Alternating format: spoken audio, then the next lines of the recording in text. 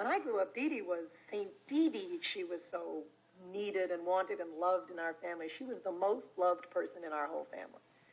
And it's hard for me to believe that Dee Dee would leave her children alone for those long stretches of time. So went away for a year or two or something with her second husband. Ed did not, very frankly, want to be a stepfather. He didn't want to be held down by children. He wanted a young wife. He wanted to party. And so they had to question, what are we going to do with Lucille? And so they thought the obvious answer was put her with Grandma Peterson. She never told me that she missed her father's, being with her, or that she resented her mother abandoning her, as you might say. But I know that these were very, very traumatic things for her. My grandmother, Dee Dee, was something.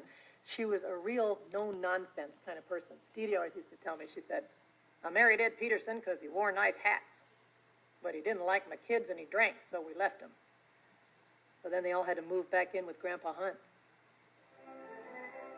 My grandfather used to take us to vaudeville every Saturday, and I grew to love it. So all I knew is I wanted to be in vaudeville, and I wanted to make people laugh. I certainly didn't want to make them cry, Selron Park. That was a very important part of my life and Lucy's life, too. It was just a wonderful, wonderful place. Oh, and that big Phoenix wheel, and of course we'd go to the theater when we could. Lucille, of course, had more freedom than any of the rest of us. Oh, she was full of hell all the time. Her reputation was that she was a wild girl. I ran away from home so many times that my mother finally said, well, that's it. I've had it. And you came to New York? So she sent me to a dramatic school here, and they kept me about 3 months, and they said, you've got nothing, go home and get married or something. Really? And I went back to school for a while. It was the tragedy that broke up the whole home life and sent everyone in different directions. And it happened that Grandpa was in possession of a .22 rifle. And we were target practicing. And this girlfriend of mine had the rifle aimed at the little Erickson boy who was sitting on the ground. The neighbor jumped up. Just as Ruth shot the gun, and the bullet lodged right in his spine. The child was paralyzed for life in a wheelchair. Well, Grandpa was charged. And he was held responsible for allowing minors to shoot a gun. As a result of that, Grandpa lost the house and everything, and every dime that they had. My mother saw what happened to the family, and especially to her daddy, to Grandpa Hunt. I think that she felt now it was up to her to bring the whole family back together again. So she went back to New York for a few years where she could get work as a model. I became a model so I could eat. I was a good model, and I worked at Hattie Carnegie's.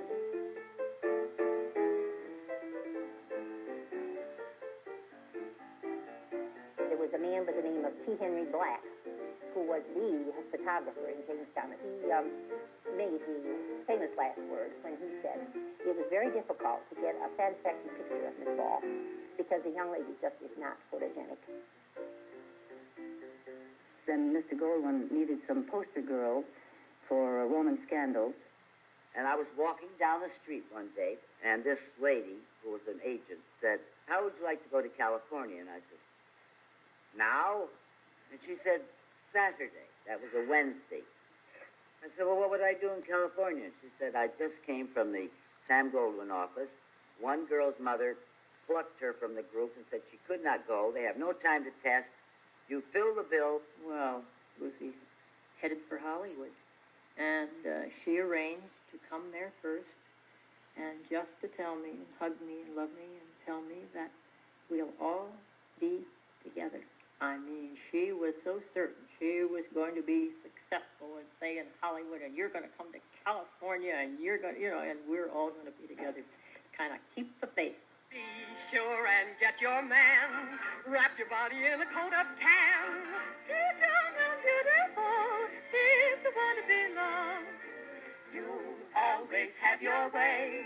If he likes you in a negligee, keep young and beautiful if you want to belong.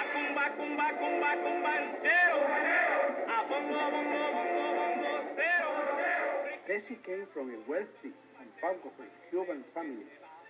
They had homes, farms, horses, everything.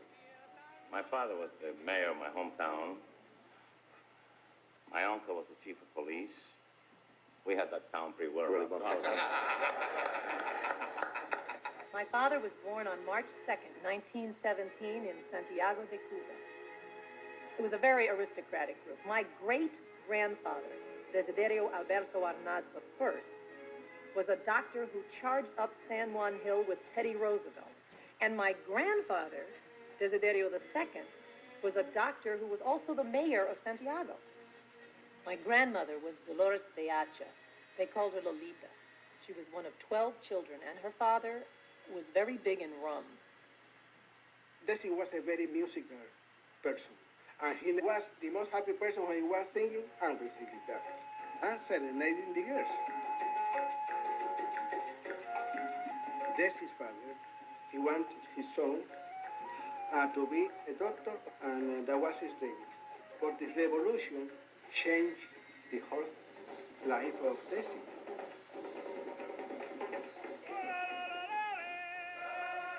Desi's father, unfortunately, was on the side of the government. The revolution brought him down. They burned Desi's home. They put his father in prison, and Desi and his mother barely escaped alive. The last thing his father said to him was, "Take care of your mother. We will all get back together again." We came to this country and we didn't have a cent in our pocket. From cleaning canary cages to this night here in New York, it's a long ways. And I don't think there's any other country in the world that could give you that opportunity. I want to say thank you, America. Thank you. My grandfather had enough clout left to arrange for a scholarship with the Jesuits so that his son could finish high school. Grandpa Arnaz's dream was always for his son to go to college and to become a doctor. Instead, Dad bought a $5 guitar and got a job with a little Cuban dance band called the Siboney Septet. They were playing at the Roni Plaza in Miami, and Xavier Cugat saw him and gave him his first really big break. I was with Cugat, and even though he didn't pay much money, I had to steal buns and celery at the Waldorf.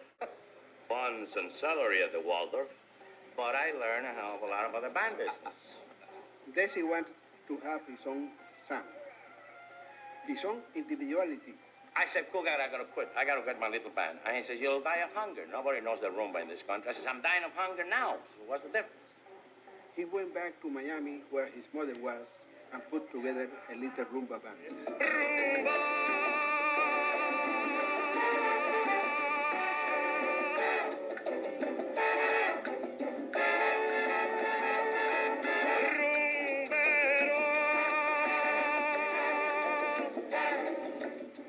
Desi's father was a playboy when he came to Miami. He divorced his mother. Desi felt very bad about it. He had tried to keep his family together. After the divorce, Lolita came to live with Desi. It was always important to my father and my mother to take care of the rest of their families. Well, I came out by Greyhound bus. And she met me in full makeup and took me right back to the studio to have lunch. And I walk into the commissary in RKO, and I mean, there at one table is Katharine Hepburn, I think it was Cary Grant. She picked me up at the downtown bus station in Los Angeles, and she was driving a Buick convertible. And she gave me the wildest ride I've ever had in my life. And I had this big conga drum with me. Now, in Cuba, everybody does the conga carnival time, particularly my hometown. It's like the Mardi Gras in New York. Everybody from the island comes to Santiago, and they do the conga line. It goes on for 3 days. He himself, in 1940, at the Conga nightclub,